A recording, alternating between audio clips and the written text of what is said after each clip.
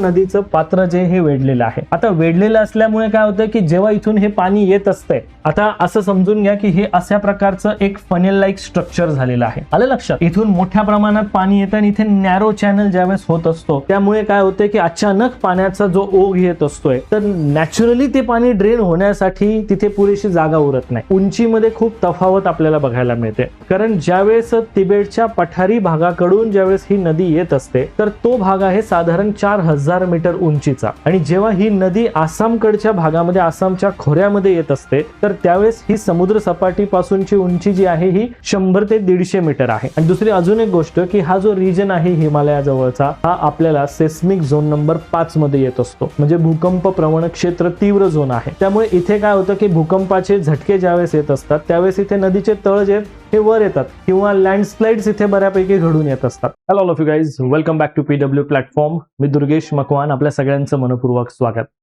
मित्रांनो, आजच्या या व्हिडिओमध्ये आपण अतिशय महत्त्वाच्या मुद्द्यावर डिस्कशन करणार आहोत. सध्या न्यूजमध्ये तुम्ही नक्कीच बघत आहात की आसाममध्ये एक भयंकर पूरस्थिती निर्माण झालेली आहे, आणि जी पूरस्थितीमुळे जवळपास 3 लाखांपेक्षा जास्त लोकांवर त्याचा प्रभाव पडलेला आहे. आणि याच अनुषंगाने आपल्याला हा पॉइंट डिस्कस करायचा आहे की आसाममध्ये नेहमी म्हणजे दरवर्षी आसाममध्ये अशी पूर परिस्थिती का निर्माण होत असते. या पूर परिस्थिती मागचे भौगोलिक दृष्ट्या जर आपण विचार करायला गेलो तर कोणकोणते कारण असू शकतात, तर अशा या पूर्ण कारणांचा आपल्याला यामध्ये आढावा घ्यायचा आहे आणि या पूर्ण या सिच्युएशनला व्यवस्थित समजून घ्यायचं आहे.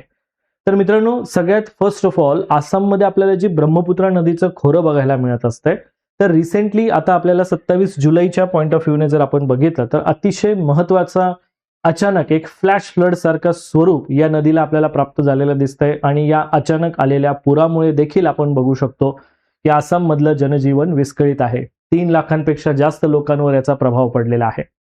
तर यामागचं कारण जर आपण बघायला गेलो तर ही जी पूरस्थिती आहे ही दरवर्षी निर्माण होत असते. हा जो प्रलय आहे हा दरवर्षी आपल्याला का निर्माण होताना दिसत असतो, तर या मागे बघत असताना काही नैसर्गिक आपत्तींचं, काही भौगोलिक स्थितीचं, काही हवामानशास्त्रीय घटकांचं, काही मानवनिर्मित कारणांचा आपण या ठिकाणी विचार करणं हे अत्यावश्यक असतंय. कारण या पूरस्थितीला निर्माण होताना आपण फक्त एका पर्टिक्युलर रिझनला जबाबदार म्हणू शकत नाही. यामागे अनेक सारी वेगवेगळी कारणं आहेत, आणि ॲज अ भौगोलिक दृष्ट्या विचार करत असताना आपण या प्रत्येक कारणाचा अगदी बेस्ट, अगदी इझी आणि आपल्याला समजेल या दृष्टीने आपण विचार करणार आहोत. वास्तविक जसं की आपल्याला माहित आहे काही करंट इश्यूज जे असतात हे आपल्याला परीक्षेमध्ये नक्कीच आवर्जून विचारले जात असतात. त्यामुळे जर आपल्याला येणाऱ्या संभाव्य एक्झाममध्ये जर आपण बघितलं तर आसामची ही दरवर्षी निर्माण होणारी पूरस्थिती आणि यामागची कारणं यावर तुम्हाला नक्कीच प्रश्न विचारला जाऊ शकतो. तर त्या प्रश्नाच्या अनुषंगाने जरी आपण विचार केला तर हा जो पॉइंट आहे हा आपल्याला अतिशय इम्पॉर्टंट असणार आहे. तर आपण या मुद्द्याला सुरुवात करूया. फर्स्ट ऑफ ऑल जर आपण बघितलं जी की धोक्याची घंटा आहे आजच्या घडीला, तर यामध्ये जी आकडेवारी आपल्याला बघायला मिळते तर आकडेवारीनुसार आपल्याला दिसेल की चराईदेव जिल्हा जो आहे तर या जिल्ह्यामध्ये जुलै 2026च्या लेटेस्ट रिपोर्टनुसार सरासरीपेक्षाही 436% जास्त पावसाची नोंद झालेली आहे. तर सरासरीपेक्षा 436% म्हणजे हा खूप मोठ्या प्रमाणात पर्जन्य वितरण आपल्याला बघायला मिळतो. आणि यामध्ये दुसरी गोष्ट आपल्याला दिसेल की नागालँडच्या शेजारचा जो डोंगराळ भाग आहे या डोंगराळ भागामध्ये मॉन आणि मोकोकचुंग या भागांमध्ये जर बघितलं तर सलग 7 ते 8 तासांमध्ये 8 ते 9 तासांमध्ये जवळपास 137 मिलीमीटर पावसाची नोंद झालेली आहे. म्हणजे मी जसं बोललो तुम्हाला की अल्प कालावधीमध्ये, छोट्या कालावधीमध्ये मॅक्झिमम पर्जन्य वितरण होत आहे. आणि ही सध्याची स्थिती, हवामान बदलांची स्थिती ही आपल्याला सहज बघायला मिळत असते की अगदी छोट्या कालावधीमध्ये खूप मोठा पाण्याचा फ्लो तिथे जनरेट होतोय. बरं, मग आता जर असं घडत असेल की अल्प कालावधीमध्ये एवढ्या मोठ्या प्रमाणात पर्जन्य, तर त्याचा परिणाम काय होईल? परिणाम तर हाच असेल की त्या ठिकाणी पाण्याच्या पातळीमध्ये अचानक वाढ होत असते, आणि ही पाण्याची होणारी वाढ अनकंट्रोल्ड स्वरूपाची असते की ज्याला आपण नियंत्रित करू शकत नाही. तर त्याचे परिणाम देखील त्याच स्वरूपात आपल्याला बघायला मिळतात आहे. बरं, मग सर यामध्ये जर अशी सिच्युएशन माझ्या समोर असताना यामध्ये जर मी आपल्या या आपत्तीचा विचार केला तर या आपत्तीमध्ये किंवा या पूरस्थितीच्या निर्मितीमध्ये आपल्याला एक पंचसूत्री पॉइंट बघणं गरजेचं आहे. म्हणजे काय की यामध्ये आसाममध्ये हे जे पूर येत असतात तर यासाठी एक पर्टिक्युलर कारण नाहीये, तर यामध्ये जवळपास 5 भौगोलिक आणि मानवी घटकांचा एकत्रित परिणाम आपल्याला दिसेल, की ज्या एकत्रित परिणामांमुळे ही स्थिती निर्माण झालेली आहे.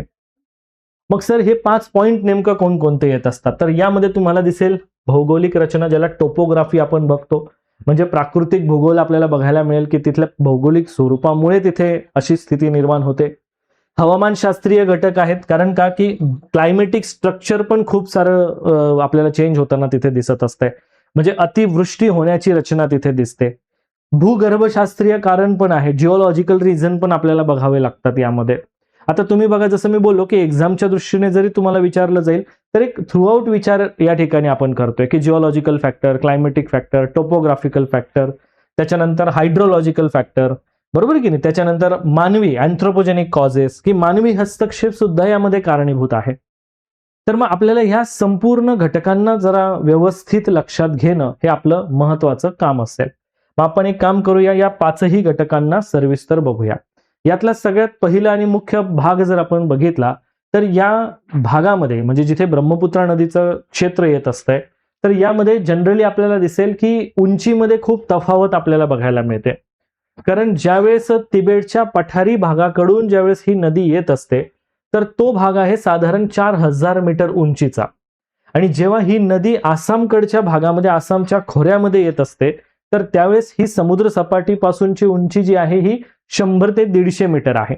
आता तुम्ही विचार करा की तिबेटच्या पठारावरून, अरुणाचल मधून ज्यावेळेस ही नदी आसामकडे येत असते तर आसाममध्ये येताना, पर्वतरांगांमधून येताना ही नदी जी आहे, किती डिफरन्स होतो इलिव्हेशनचा, एवढा मोठा इलिव्हेशनचा हा डिफरन्स होतोय, दिसतंय, म्हणजे 3850 अप्रॉक्सिमेटली आपल्याला मीटरची तफावत बघायला मिळते.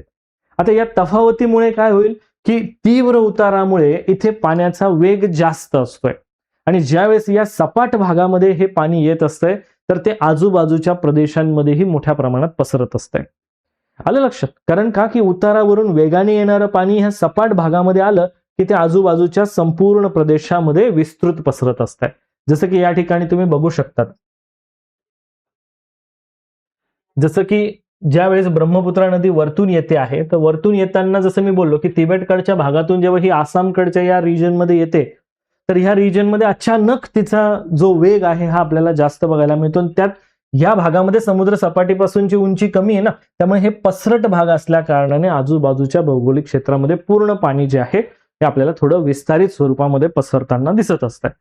सो हा एक त्याचा सगळ्यात मोठा इम्पॅक्ट आपल्याला या आसामच्या भागामध्ये ही पूरस्थिती निर्माण होण्यामध्ये या भौगोलिक कारणाचाही घटक दिसून येतो. आलं लक्षात? बर, मग सर तिथली भौगोलिक रचना पण बघणं गरजेचं आहे. इथे मोस्टली एक फनेल ट्रॅप म्हटला जात असतो. फनेल ट्रॅप, फनेल ट्रॅपचा अर्थ होत असतो की साधारण तुम्ही जर बघितलं तर उत्तरेकडून हिमालयाचा भाग आहे, आणि दक्षिणेकडून जर बघितलं तर इकडे मेघालयाच्या पठाराचा भाग, आणि इकडे तुमचं कार्बी आंग्लॉंगचा मेघालय पठारांचा भाग, मेघालय पठाराच्या पूर्वेकडचा भाग इथे दिसत असतो. आता इथे काय होत असतं, या पठाराने हे पूर्ण नदीचं पात्र जे हे वेढलेलं आहे. आता वेढलेलं असल्यामुळे काय होतं की जेव्हा इथून हे पाणी येत असतंय, आता असं समजून घ्या की हे अशा प्रकारचं एक फनेल लाईक स्ट्रक्चर झालेलं आहे. आलं लक्षात? इथून मोठ्या प्रमाणात पाणी येतं आणि इथे नॅरो चॅनल ज्यावेळेस होत असतो त्यामुळे काय होतंय की अचानक पाण्याचा जो ओघ येत असतोय तर नॅचरली ते पाणी ड्रेन होण्यासाठी तिथे पुरेशी जागा उरत नाही. नॅचरली हे पाणी अगदी वेगाने ड्रेन व्हायला पाहिजे तर तेवढी तिथे जागा उरत नाही. त्यामुळे काय होतंय की हे पाण्याची पातळी जी आहे ही वाढलेली असते, त्यामुळे आजूबाजूच्या भौगोलिक प्रदेशांमध्ये पूर्ण पाणी जे आहे हे जास्त पसरलेलं असतं, आणि त्यामुळे त्या भागामध्ये पुराचा तडाखा हा जास्त जाणवत असतोय एव्हरी इयर. येते लक्षात? सो हे त्यामागचे एक कारण आपण जनरली बघत असतो. बर, मग सर भौगोलिक स्वरूपाचं कारण तर मला समजलं, पण दुसरी पण एक गोष्ट आहे, जसं की आपण हवामानशास्त्रीय कारण बघितलं. हवामानशास्त्रीय कारणामध्ये त्या ठिकाणी अतिशय जास्त प्रमाणामध्ये होणारी अतिवृष्टी आहे, प्लस क्लायमेट चेंजचे होणारे इम्पॅक्ट ते तर वेगळेच. आता ऑलरेडी आपल्याला माहित आहे की हिमालयाच्या भागामध्ये ज्यावेळेस आपले मौसमी वारे त्या बाजूला जातात, हिमालयामुळे ते अडवले जातात. आता हिमालयाच्या भागामध्ये ज्यावेळेस हे वारे अडवले जातात त्यामुळे त्या ठिकाणी ओरोग्राफिक रेनफॉलची रचना आपल्याला जास्त दिसून येते. ओरोग्राफिक रेनफॉल म्हणजे काय? ज्याला आपण प्रतिरोध पर्जन्य म्हणत असतो. बरोबर की नाही? ह्या पर्वतांना अडवल्या गेल्यामुळे इथे तुम्हाला या पर्वतांच्या भागामध्ये खूप जास्त पाऊस पडतो आणि त्याच्यामुळे इथे वेगाने ढगफुटी सदृश्य पर्जन्य वितरण झाल्यामुळे अचानक पाण्याचा ओघ वाढत असतो. तर त्यामुळे देखील तिथे पूरस्थितीला हे कारण आपल्याला बघायला मिळू शकतंय. हवामान बदलाच्या दृष्टिकोनातून जर सांगायचं झालं तर एक आपल्याला सगळ्यात महत्वाचा घटक जो इथे दिसून येतो तो म्हणजे की सध्याच्या कंडिशनमध्ये पावसाचे दिवस तिथे कमी झालेले आहेत. म्हणजे पावसाचे दिवस कमी आहेत पण कमी वेळामध्ये जास्त पाऊस पडतोय. आलं लक्षात? म्हणजे ज्याला आपण एक टर्म वापरत असतोय हाय इंटेन्सिटी रेनफॉल, की जो लिमिटेड डेज मध्ये मॅक्झिमम रेनफॉल डिस्ट्रीब्युशन होत असतोय. आता अशा कमी टाइम मध्ये जर जास्त पाऊस होईल तर साधी गोष्ट आहे ना की तेवढी ड्रेनेज सिस्टीम जर आपली तेवढी स्ट्रॉंग नाहीये, नदीचं पात्र तेवढं वाहून नेण्यासाठी विस्तृत नाहीये, त्यामुळे काय होतंय की हे पाण्याची पातळी वाढते आणि आजूबाजूच्या भागांमध्ये हे सगळं पाणी जात असतं. त्यामुळे अचानक महापूर येण्याचे धोके जे आहेत हे आपल्याला जाणवत असतात. हे आसामची ऍक्च्युअल स्थिती आहे आजची आणि हे आपल्याला काही भौगोलिक दृष्ट्या हवामानशास्त्रीय दृष्ट्यांचे कारण आहे. तिसरं कारण हे सुद्धा अतिशय महत्वाचं कारण आहे की ज्याला आपण भूगर्भशास्त्रीय कारण म्हणत असतोय. आता या भूगर्भशास्त्रीय कारणामध्ये काय माहितीये का की या भागामध्ये ठिसूळ पर्वताची रचना आणि गाळाची निर्मिती खूप जास्त होत असते. आता ऑलरेडी आपल्याला माहित आहे की हिमालय पर्वत हा तरुण पर्वत आहे आणि त्या भागामध्ये जिथून ब्रह्मपुत्र येत असते तिथे बऱ्यापैकी हिमालयाची झीज होत असते. आता ब्रह्मपुत्र नदी हिमालयाच्या खडकांमधून वाहते त्यामुळे ती आपल्या सोबत मोठ्या प्रमाणामध्ये लाखो टन गाळ घेऊन येत असते. आता ज्यावेळेस हा गाळ घेऊन येत असते तर हा आपल्या नदी पात्रामध्येच तर जमा करत असते ना ती. आता नदी पात्रात जमा केल्यामुळे नदीचं पाणी वाहून नेण्याची जी क्षमता आहे ती ऑब्व्हियसली थोडी कमी होणार. कारण का की हे सिल्टेशन ज्यावेळेस घडतंय तर या सिल्टेशनमुळे या भागांमध्ये ही गाळ जमा झाल्यामुळे पाण्याची कॅपॅसिटी तेवढी कमी होऊन जाते त्या नदीची, त्यामुळे पाण्याची पातळी वर येऊन जात असते. हा त्याचा एक इम्पॅक्ट आहे. आणि दुसरी अजून एक गोष्ट की हा जो रिजन आहे हिमालयाजवळचा हा आपल्याला सेस्मिक झोन नंबर 5 मध्ये येत असतो. म्हणजे भूकंप प्रवण क्षेत्र तीव्र झोन आहे.